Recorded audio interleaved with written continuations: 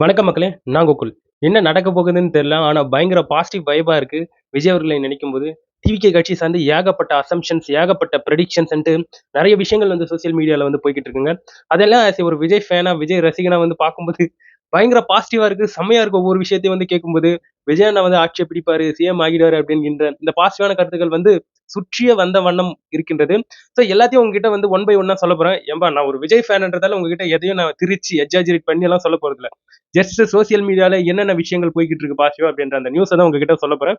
இதுல என்னுடைய தனிப்பட்ட கருத்துக்கள் போட்டு உங்கள வந்து மேனிபுலேட் பண்ணல நானு. பட் என்ன நடந்திருக்குன்றத மட்டும் ஒன் பை ஒன்னா உங்ககிட்ட நான் எக்ஸ்பிளைன் பண்ணிடுறேன். ஸோ ஏகப்பட்ட விஷயங்கள் நடந்திருக்கு. அதுல ஃபர்ஸ்ட் ஒன் என்னன்னா, அதாவது ரவி ஐபிஎஸ் அப்படின்ற ஒரு அதிகாரி இருக்காருங்க. இவர் வந்து தாம்பரத்தோடைய கமிஷனரா வேற இருந்திருக்காரு. அதாவது போலீஸ் வேலையில ஒரு சிறந்த ஒரு பெயரை வாங்கி இருக்கக்கூடிய ஒரு நபர் தான் ரவி ஐபிஎஸ் அப்படிங்கிற இந்த போலீஸ் அதிகாரி. அவர் ரீசெண்டா என்ன பண்ணியிருக்காருன்னா, கிட்டத்தட்ட 2340 முன்னாள் போலீஸ் அதிகாரிகள் இருப்பாங்க இல்லையா? போலீஸ்ல வேலை செய்திருக்கக்கூடிய அதிகாரிகள். அவங்க எல்லாத்தையும் வச்சு தமிழ்நாட்டுல இருக்கக்கூடிய 234 தொகுதியில கருத்து கணிப்புகளை வந்து நடத்தியிருக்காரு. எந்த பேஸ்ல அவர் வந்து நடத்தியிருக்காருன்னு பார்க்கும்போது, ஒரு தொகுதியில வந்து 10 போலீஸ் முன்னாள் அதிகாரிகள் வந்து போவாங்க கருத்து கணிப்பு கேட்பதற்கு. பல்வேறு தரப்புப்பட்ட மக்கள் கிட்ட போய் கேட்பாங்க. வெறும் இளைஞர்கள் கிட்ட மட்டும் அவங்க வந்து சர்வே எடுக்கல. ஸோ பல்வேறு தர மக்கள் அங்க வந்து பெரியவங்க, சின்னவங்க, யங்ஸ்டர்ஸ் அப்படின்ட்டு இருப்பாங்க இல்லையா? 18 வயதுக்கு மேற்பட்டவங்க கிட்ட பல்வேறு தரப்பு மக்கள் கிட்ட போயிட்டு சர்வே எடுத்ததுல விஜய் அவர்கள் கிட்டத்தட்ட 121 தொகுதியை வந்து ஜெயிப்பாரு. பெரும்பான்மை பெற்று அவர் வந்து ஆட்சி அமைப்பாரு அப்படின்கின்ற ஒரு செய்தி இப்ப இணையத்துல பயங்கர வைரலா சுற்றிக்கிட்டு இருக்கு. கிட்டத்தட்ட 41% வாக்குகளை வந்து விஜய் அவர்கள் வந்து கவர்ந்திருக்கிறாரு. இதுல வந்து ஏடிஎம்கே, டிஎம்கே உடைய வாக்குகள் எல்லாத்தையும் விஜய் அவர்கள் எடுத்திருக்காரு அப்படிங்கின்ற ஒரு தகவல். இதோடைய சர்வே பேஸ் இன்னும் என்ன சொல்லுதுன்னா, அதாவது ஒரு தொகுதியில 10 முன்னாள் போலீஸ் ஆபீசர் வந்து போனாங்க இல்லையா? அதுல ஒரு போலீஸ் ஆபீசர் வந்து 100 பேர் கிட்ட வந்து கருத்து கணிப்புகளை வந்து கேட்கணும். அப்போ மொத்தம் 234 தொகுதியில ஒவ்வொரு தொகுதிக்கும் 10 பேர் போய் கேட்டிருக்காங்கன்னு பார்க்கும்போது 2340 மொத்த கருத்து கணிப்புகள் எப்படின்னு பார்க்கும்போது 2,34,000 பேர் கிட்ட வந்து கேட்டிருக்காங்க கருத்து கணிப்புகள். இது தட் இஸ் வெரி ஹியூஜுங்க. ஸோ நிறைய கருத்து கணிப்புகள் வந்து இதுக்கு முன்னாடி வந்திருந்தது. ஆக்சிஸ் மை இந்தியா, அதுக்கப்புறம் சாணக்யா அப்படின்ட்டு நிறைய பேர் வந்து அவங்களுடைய கருத்து கணிப்புகளை வந்து போட்டிருந்தாங்க. எக்ஸிட் போல்ஸோடைய கருத்து கணிப்புகள் வந்து கொடுத்திருந்தாங்க. அதுல வந்து எவ்வளவு அவங்க வந்து யார் யார் கிட்ட வந்து சர்வே எடுத்திருக்காங்க அப்படிங்கிற அந்த கணக்கெடுப்புகளை வந்து பார்க்கும்போது மினிமமா தான் இருந்தது. ஜஸ்ட் அது வந்து தௌசண்ட்ஸ்ல இருக்கு. ஆனா இங்க ஓட் போட்டிருக்கவங்களுடைய குரோர்ஸ்ல இருக்கு. கிட்டத்தட்ட 4 கோடி மக்களுக்கு மேல ஓட் போட்டிருக்காங்க. அப்போ தௌசண்ட்ஸ்ல இருக்கும்போது இது எப்படி எக்ஸாக்டான கருத்து கணிப்பாக இருக்கும்ன்றது புரியல. பட் ரவி ஐபிஎஸ் அவர்கள் வந்து இப்போ ஒரு கருத்து கணிப்பை வந்து நடத்தி ஸோ அவர் அதற்கான ஒரு பெரிய டீட்டெயில்டான ஒரு வீடியோவே அவர் வந்து விட்டிருக்காரு. ஸோ அதுல வந்து கடைசியா அவர் சொல்லக்கூடிய விஷயம் என்னன்னா, விஜய் அவர்களுக்கு ஏன் நீங்க ஓட்டு போட்டீங்க? ஏன் இவ்வளவு வரவேற்பு இருக்கு அப்படின்ற மாதிரி ஒரு பாணியில அந்த மக்கள் கிட்ட கேட்கும்போது நிறைய இந்த பெரிய வயசுல இருக்கக்கூடிய நபர்கள் என்ன சொல்றாங்கன்னா, என் மகன், என் பேத்தி, என்னுடைய பையன், சோ இவங்கெல்லாம் என்ன வந்து ஃபோர்ஸ் பண்ணாங்க விஜய் அவர்களுக்கு ஓட் போட சொல்லி. அதனால தான் நாங்க போட்டோம் அப்படின்கின்ற இந்த கருத்தை வந்து சொல்லி இருக்கிறது விஜய் அவர்கள் ஃபேன்ஸ் இருக்காங்க பத்தியா, அவங்க வந்து எந்த அளவுக்கு இதுல வந்து இன்டெப்தா வேலை பார்த்திருக்காங்க. அவர் மேல இருக்கக்கூடிய அந்த ஈர்ப்பின் காரணமாக, அந்த பாசத்தின் காரணமாக ஒத்த கால்ல நின்னு அந்த மனுஷனுக்கு வந்து ஓட்டு போட வச்சிருக்கக்கூடிய அந்த இளைஞர்களுக்கு மிகப்பெரிய ஒரு நன்றியை வந்து விஜய் அவர்கள் தெரிவிப்பார்ன்றதுல வந்து மாற்று கருத்தே கிடையாது. இந்த சமயத்துல இவ்வாறான ஓட்டிங் போல்ஸ் வந்து அதாவது எக்ஸிட் போல்ஸ் உடைய கருத்து கணிப்புகளை வந்து இவர் ரவி ஐபிஎஸ் அவர்கள் வந்து நடத்தியிருந்தாரு. அதுல வந்து டிவிகே கட்சிக்கு அவர் வந்து பாசிட்டிவா நிறைய விஷயங்கள் வந்து சொல்லவே அவர் மேல விமர்சனங்கள் இப்ப வைக்க தொடங்கிட்டாங்க. இவரு என்ன ஐபிஎஸ் தற்குறியா, இவரு போலீஸ் தற்குறியா, இவர் ஒரு தற்குறி, இந்த மாதிரி சொல்லிக்கிட்டு இருக்காங்க. ஆனா அதுல ரவி ஐபிஎஸ் அவர்கள் வந்து ரொம்ப தெளிவா சொல்லியிருப்பாரு. எங்க ஜஸ்ட் இதுல வந்து சர்வே தான் நடத்திருக்கோம். இதுல வந்து நாங்க வந்து எதையும் உட்புகுத்தல, யார் மேலயும் எந்த ஒரு கரிசனத்தை காட்டணும்ட்டாலும் நாங்க இந்த சர்வே எடுக்கல. ஜஸ்ட் மக்கள் என்ன சொல்லியிருக்காங்களோ அதை தான் உங்ககிட்ட காமிச்சிருக்கேன் தெளிவா அந்த மனுஷன் வந்து டிஸ்க்ளைமர் போட்டு அதை வந்து சொல்லியிருக்காரு.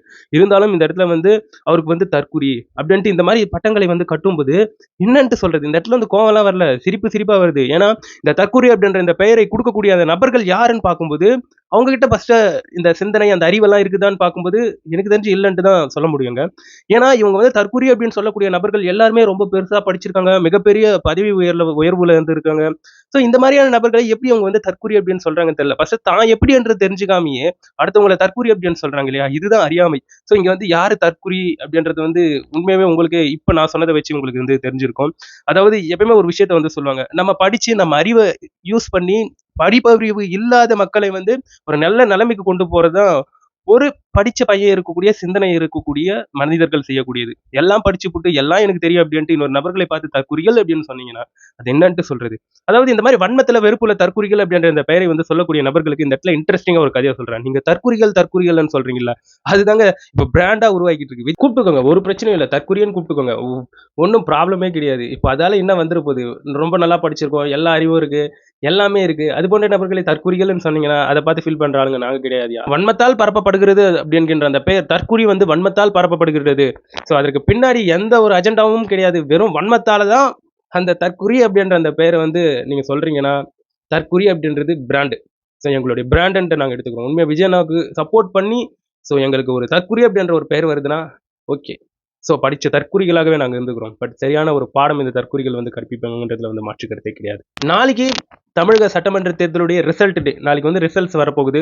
ஆல்மோஸ்ட் பிபி, டென்ஷன் எல்லாமே ரொம்ப உச்சத்துல வந்து இருக்கும். எல்லா நபர்களும் எல்லாருக்கும் அது வந்து இருக்கும். இந்த சமயத்துல வந்து ஸோ சில சண்டைகள் வந்து ஏற்படலாம். சில பிரச்சனைகள் வந்து எதிர்கொள்ளலாம். அதனால நாளைக்கு மக்களே தயவு செஞ்சு ஜாக்கிரதையா இருங்க. இந்த கட்சி சார்ந்து இருப்பவர்கள், இந்த கட்சிக்கு என்னுடைய அபிமானத்தை நான் செலுத்துறேன் அப்படின்ட்டு நாளைக்கு போயிட்டு வெற்றி கொண்டாட்டத்தில் போயிட்டு அடுத்தவங்களை வெறுப்பேத்துறது, அப்புறம் ஸோ ஜெயிச்சிட்டோம் அப்படின்ற ஒரு விஷயத்துல ரொம்ப பயங்கரமா செலிப்ரேட் பண்ணி எதிரில் இருக்கக்கூடிய எதிர்க்கட்சி நபர்களை வெறுப்பேற்றுறோம் அப்படின்ட்டு தயவு செஞ்சு எதையும் பண்ணிடாதீங்க. இது வந்து எந்த கட்சியா இருக்கட்டும், தயவு செஞ்சு எதையும் பண்ணிடாதீங்க. இது வந்து ஒரு வன்முறையில முடியும் அப்படின்ற மாதிரியான விஷயங்கள் இப்போ வந்து பேசப்பட்டு வந்துகிட்டு இருக்கு. ஸோ ரொம்ப ஜாக்கிரதையா இருங்க. நாளைக்கு ஊர்களுக்கு போகக்கூடிய நபர்கள், இல்ல வேற எங்கன்னா போகக்கூடிய நபர்கள் கொஞ்சம் உஷாரா இருந்துக்கோங்க. ஏன்னா இந்த இடத்துல வந்து சில நபர்கள் சொல்லக்கூடிய அந்த விஷயங்கள்லாம் கேட்கும்போது உண்மையா பயமா இருக்கு. ஸோ இந்த இடத்துல வந்து ஒரு சில கட்சிகள் வந்து அவங்களுக்கு நெகட்டிவா ரிசல்ட் வந்துச்சுன்னா, ஸோ அவங்க வந்து எந்த லெவலுக்காச்சும் போவாங்க. ஸோ அவங்க வந்து வன்முறையை வந்து கையில எடுப்பாங்க அப்படிங்கிற சில விஷயங்களும் பரப்பப்பட்டு வந்துகிட்டு இருக்கு சமூக ஊடகங்கள்ல. ஸோ அதை வந்து நான் கேட்டேன். ஜஸ்ட் உங்ககிட்ட வந்து அவேர்னஸா உங்ககிட்ட இதை வந்து கொடுக்குறேன். ஸோ கண்டிப்பா அத்துணை போலீஸ் அதிகாரிகளும் பாதுகாப்புல வந்து இருப்பாங்க. இப்பேற்பட்டு இருக்கக்கூடிய செயல்கள்லாம் நடக்காது. பட் கொஞ்சம் ஜாக்கிரதையா கவனமா இருங்க, அவேர்னஸா இருங்க. ஸோ உங்களுடைய இந்த ஊர் பிரயாணம் இது போன்ற விஷயங்கள்லாம் 4ஆம் தேதி நாளைக்கு விட்டுட்டு நாளான்னைக்கு அதை வந்து மேற்கொள்ளுங்க. ஸோ நம்ம கொஞ்சம் அவேர்னஸா இருப்போம். என்ன ஆயிட போகுது. அதே சமயத்துல இந்த கட்சி சார்ந்திருக்கக்கூடிய வேட்பாளர், கட்சி சார்ந்திருக்கக்கூடிய நபர்கள் இவங்கெல்லாம் ஆல்மோஸ்ட் ஓட்டு எண்ணக்கூடிய அந்த இடத்துல தான் இருப்பாங்க. ஸோ அந்த இடத்துல வந்து உண்மையா சீரியஸா ரொம்ப கான்ஷியஸா அவேர்னஸா இருக்கணும். அந்த இடத்துல வந்து 4 முனை போட்டி அப்படின்ற மாதிரி நிறைய கட்சி சார்ந்த நபர்கள் அந்த ஓட்டு எண்ணக்கூடிய விஷயங்கள்ல வந்து இருப்பாங்க. அத்தனை கட்சிகள் வந்து போட்டி இருக்கு. ஸோ அந்த இடத்துல வந்து ஏகப்பட்ட விஷயங்கள் வந்து நடக்கும். செலிப்ரேஷன்ஸ் இருக்கும், டென்ஷன் இருக்கும். ஒரு பக்கம் வெற்றி இருக்கும், இன்னொரு பக்கம் தோல்வி இருக்கும். அது போன்ற ஒரு இடத்துல எமோஷன்ஸை அடக்கிக்கிட்டு ஸோ செலிப்ரேஷன்ஸா இருக்கட்டும், எதுவா இருந்தாலும் கொஞ்சம் தள்ளி போட்டுக்கிறது நல்லது. அதை விட்டுட்டு அங்கேயே அந்த செலிப்ரேஷன் நடந்து எதிரில் இருக்கக்கூடிய நபர்கள் கோவப்பட்டு அந்த இடத்துல வந்து ஸோ சில தேவையில்லாத பிரச்சனைகள் வந்து ஏற்படுவதற்கான வாய்ப்புகள் இருக்கும் அப்படின்ட்டு நிறைய பேர் வந்து இப்ப பேசிட்டு வராங்க. ஸோ அதனால நாளைக்கு இந்த வேட்பாளர்களும் சரி, கட்சி சார்ந்து இருக்கக்கூடிய நபர்களும் சரி, அந்த ஓட் பூத்ல போயிட்டு ஸோ உங்களுடைய ரிசல்ட்ஸ் என்ன வருதோ அதை கேட்டுக்கிட்டு அதோடைய இந்த ரிசல்ட்ஸ் இருக்கக்கூடிய அந்த இடத்துல என்ன ப்ரோட்டோகால் நீங்க ஃபாலோ பண்ணுமோ அதை ஃபாலோ பண்ணிட்டு ஸோ அமைதியா வீடு திரும்பிட்டா எந்த ஒரு பிரச்சனையும் கிடையாது. நல்லா இருக்குங்க. இந்த இடத்துல வந்து விஜய் பயம் அப்படின்றது வந்து ஏற்பட்டிருக்கு. அதாவது விஜய் அலை அப்படின்ற ஒரு விஷயம் வந்து ஏற்பட்டிருக்கு. இதன் காரணமாக இந்த இடத்துல வந்து விஜய் அவர்களுக்கு வந்து பாசிட்டிவான ஒரு கருத்து கணிப்புகள் தான் வந்துகிட்டு இருக்கு எந்த பக்கம் பார்த்தாலும். ஸோ எக்ஸிட் போல்ஸோடைய அந்த கருத்து கணிப்புகள் ஒரு சில இடத்துல ஏன் பெரும்பான்மை இடத்துல விஜய் அவர்களுக்கு நெகட்டிவா இருந்தது. ஆனா மக்கள்கிட்டயும் சரி, சமூக ஊடகத்துல பேசக்கூடிய நபர்கள்கிட்டயும் சரி, எதிர்க்கட்சியில இருக்கக்கூடிய அந்த தலைவர்களும் பேசக்கூடிய விஷயங்கள்லாம் பார்க்கும்போது ஏதோ ஒண்ணு சரியா இல்ல. ஆனா விஜய் அவர்களுக்கு ஏதோ ஒண்ணு பாசிட்டிவா இருக்கு அப்படின்ற இந்த தாட்குள்ள தான் கொண்டு போகுது. இதை வச்சுதான் சோ விஜய் அலை போய் வீசுகின்றதா அப்படின்ற இது போன்ற கருத்துக்களை வந்து ஏற்படுத்தி விட்டுட்டு வராங்க.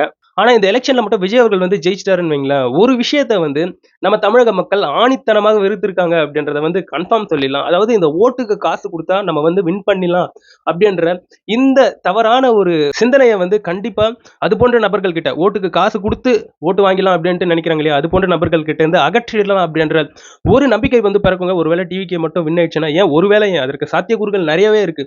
சோ அப்போ இந்த ஓட்டுக்கு காசு கொடுத்துடலாம் அப்படின்ற இந்த இதுக்கு வந்து ஒரு முடிவு பிறகுது பாத்தீங்களா, அது வந்து ஒரு சூப்பரான ஒரு விஷயம். இதை தாண்டி இன்னும் சில கட்சிகள்ல இருக்கக்கூடிய முக்கியமான தலைவர்கள், முக்கியமான பொறுப்புல இருக்கக்கூடிய தலைவர்கள் அவங்க எல்லாம் விஜய் அவர்களை பற்றி சொல்லும்போது உண்மையாவே ஏதோ ஒரு இம்பாக்ட் இருக்கிறாசா அப்படின்ற மாதிரி தான் தோணுது. ஏன்னா விஜய் அவர்கள் வந்து ஏடிஎம்கே டிஎம்கே ஓட்டை வந்து கண்டிப்பா பிரிப்பாரு அப்படின்ற மாதிரி திருமாவளவன் அவர்கள் வந்து பேசியிருந்தாரு. அவர் வந்து ஒரு மிகப்பெரிய ஒரு வீடியோவை பதிவிட்டு இருந்தாரு. பட் அவர் வந்து என்னதான் டிஎம்கேவுக்கு ஆதரவாக பேசியிருந்தாலும் பட் அதுல விஜய் அவர்கள் என்ன செய்ய போகிறார் அப்படிங்கிற ஒரு கேள்விக்குறி என்பது இருந்துகிட்டு இருக்கு. அதுல விஜய் அவர்கள் டிஎம்கே ஏடிஎம்கே ஓட்டை வந்து பிரிப்பார் அப்படின்ற வேற தொல் திருமாவளவன் அவர்கள் வந்து சொல்லியிருக்காரு. ஸோ இதெல்லாம் வச்சு பார்க்கும்போது ஸோ விஜய் அண்ணாக்கு ஃபேவரா நடப்பதற்கான நிறைய சாத்தியக்கூறுகள் வந்து இருந்துகிட்டு இருக்குங்க. அதே சமயத்துல வைகோ அவர்களா இருக்கட்டும், இதை தாண்டி இன்னும் நிறைய தலைவர்கள் வந்து ஸோ விஜய் அண்ணா இந்த மாதிரி ஓட்டை வந்து பிரிச்சிருக்காங்க. இந்த விஷயங்களை வச்சு பேசும்போது உண்மை இடத்துல சம்திங் அவங்களுக்கு ஏதோ ஒரு தகவல் தெரிஞ்சிருக்கிற மாதிரி தான் இப்போ சமூக ஊடகங்கள்ல வந்து பேசப்பட்டு வந்துகிட்டு இருக்கு. ஸோ இதை வச்சே என்ன சொல்றாங்கன்னா, ஸோ விஜய் அவர்கள் வந்து ஜெயிச்சிருவாங்க. டிஎம்கேக்குள்ள வந்து ஒரு உட்பூசல் நடந்துகிட்டு இருக்கு. அவங்க இப்போ ஜெயிக்க கூட இல்லையே. ஆனா இப்போ அவங்க கூட்டணியில இருக்கக்கூடிய அந்த கூட்டணி சார்ந்து இருக்கக்கூடிய நபர்கள் வந்து இப்பயே ஆட்சியில் பங்கு, அதிகாரத்தில் பங்கு அப்படின்ட்டு நெரிக்க ஆரம்பிச்சுட்டாங்க டிஎம்கேவை. ஸோ இப்பயே ஆளாளுக்கு வந்து பேச ஆரம்பிச்சிட்டாங்க. ஒருவேளை டிஎம்கே மட்டும் தோத்துருச்சுன்னா அந்த கூட்டணி முற்றிலும் உடைந்து கூட்டணி வந்து சிதறி போகும் அப்படின்ற மாதிரியான பேச்சுக்கள் வந்து தொடர்ந்துகிட்டு இருக்கு. அதே சமயத்துல இளையராஜா அவர்களுக்கு இப்போ மிகப்பெரிய ஒரு பாராட்டுகள் டிவிகே தொண்டர்கள் ரசிகர்கள் வந்து கொடுத்துட்டு வராங்க. இன்னொரு பக்கம் அவருக்கும் சில பெயர்களை வந்து சூட்டி அவர் வந்து பாத்தீங்களா அவருடைய புத்தியை காமிச்சிட்டாரு, அவர் இந்த மாதிரியானவர் அந்த மாதிரியானவர் அப்படின்ட்டு இளையராஜாவை விஜய்க்கு சப்போர்ட் பண்ணதை வச்சு அவரை வந்து திட்டிட்டு வராங்க. இதை வந்து என்ன மாதிரி ஒரு மனநிலைன்றது தெரியலங்க. என்ன நடந்திருக்குன்னா இளையராஜா அவர்கள் வந்து எங்கள் நீதி அப்படிங்கிற ஒரு படத்துல, அதாவது எஸ்ஏசி அவர்கள் விஜய் அவர்களுடைய அப்பா எடுத்திருக்கக்கூடிய எங்கள் நீதி அப்படிங்கிற ஒரு படத்துல விஜய் அவர்கள் வந்து ஒரு குழந்தை நட்சத்திரமாக நடிச்சிருப்பார். இதுல வந்து நிழல்கள் ரவி அப்படின்ட்டு இருக்கக்கூடிய ஒரு படம் தான் எங்கள் நீதி அப்படிங்கிற படம். அந்த படத்துல வந்து ஒரு பாட்டு வருங்க, சின்ன தம்பி உன்னை நம்பி இந்த நாடே காத்திருக்கு தம்பி அப்படின்ற மாதிரி இந்த மாதிரியான வரிகள் கொண்டிருக்கக்கூடிய ஒரு பாடல் என்பது இளையராஜா அவர்கள் வந்து ரீசெண்டா அவருடைய யூடியூப் பக்கத்துல வந்து போட்டாரு. இதை வச்சு இளையராஜா அவர்கள் பாத்தீங்களா இந்த மாதிரி பண்ணிட்டாரு, இவரு நன்றியை மறந்தவர், இவருக்கெல்லாம் ஒரு விழா வந்து நடத்தணும்ல, அதெல்லாம் பண்ணியே இருக்கக்கூடாது அப்படின்ட்டு. ஸோ இளையராஜா அவர்கள் மேல டிஎம்கேவை சார்ந்து இருக்கக்கூடிய ஒரு சில அபிமானிகள் வந்து அவங்களுடைய விமர்சனத்தை வந்து முன்வச்சுட்டு வராங்க. ஸோ இளையராஜா அவர்கள் வந்து எப்பேற்பட்டிருக்கக்கூடிய ஒரு இசை ஜாம்பவான்ன்றது வந்து நான் சொல்லி உங்களுக்கு வந்து தெரிய வைக்க வேணாம். ஸோ அவருடைய வயசுக்கு மரியாதை கொடுக்கணும். அவரு அந்த பாடல்களை பாடி அவர் இசையமைச்சிருக்கக்கூடிய அந்த பெருமைக்கு மரியாதை குடிக்கணும். ஸோ இஷ்டத்துக்கு அவரை வந்து வாழ்க்கை வழி வந்தவாறு திட்டது வந்து ரொம்ப தவறான விஷயம். இதுல வந்து மாற்று கருத்தே கிடையாதுங்க. எனவே நம்ம வந்து ரொம்ப நாள் காத்திருந்து இருக்கக்கூடிய ஒரு விஷயம் நாளைக்கு நடக்க போகுது. மே 4ஆம் தேதி. ஸோ ரிசல்ட் என்னவா வரப்போகுது அப்படின்னு தெரியல. நிறைய பேர் அவங்களுடைய அந்த கருத்து கணிப்புகளை வந்து வெளியிட்டு இருந்தாங்க. ஏகப்பட்ட விஷயங்கள் இந்த எலெக்ஷன் ஸ்டார்ட் ஆனதுல இருந்து அதுக்கு முன்னாடில இருந்து எவ்வளவு ரோட் ஷோஸ், எவ்வளவு உயிரிழப்புகள் அப்படின்ட்டு இந்த எப்படி சொல்றது, ஒரு பக்கம் வந்து ரொம்ப ஹைப்பா விஜய் அவர்கள் போயிட்டு இருந்தாரு. இன்னொரு பக்கம் அவரை பின்னாடி நிறைய நெகட்டிவ், அவரை வந்து எந்த அளவுக்கு மனசளவுல கஷ்டப்பட வைக்கணுமோ அந்த அளவுக்கு மனசளவுல கஷ்டப்பட வச்சு ஏகப்பட்ட விஷயங்கள் நடந்து ஸோ ஓட்டும் போட்டாச்சு. நாளைக்கான அந்த நாள், அந்த நாள்ல விஜய் அண்ணா நல்ல ஒரு பெரும்பான்மை பெற்று அவர் வந்து வின் பண்ணிடுவாரு அப்படின்றது நம்மளுடைய ஆசை. அதற்கான அந்த செயல்கள் நல்லா நடக்கணும் அப்படின்ட்டு எல்லாம் வல்ல அந்த இறைவனை வந்து நான் வேண்டிக்கிறேன். ஸோ ஒரு ஆஸ் ஏ விஜய் ரசிகரா நான் வந்து அதை வந்து நான் வேண்டிக்கிறேன். ஸோ நீங்க வந்து உங்களுக்கு பிடித்த அபிமானம் கொண்டிருக்கக்கூடிய கட்சிகளை நீங்க வந்து உங்களுடைய கடவுள்கிட்ட பிரார்த்தனை பண்ணிக்கோங்க. உங்களுடைய கட்சி வின் பண்ணணும் அப்படின்ட்டு அவங்கவுங்க நம்பிக்கை அவங்கவுங்களுக்கு. ஸோ இதை பற்றி நீங்க என்ன நினைக்கிறீங்கன்றது என்னுடைய கமெண்ட் செக்ஷன்ல பதிவு பண்ணுங்க.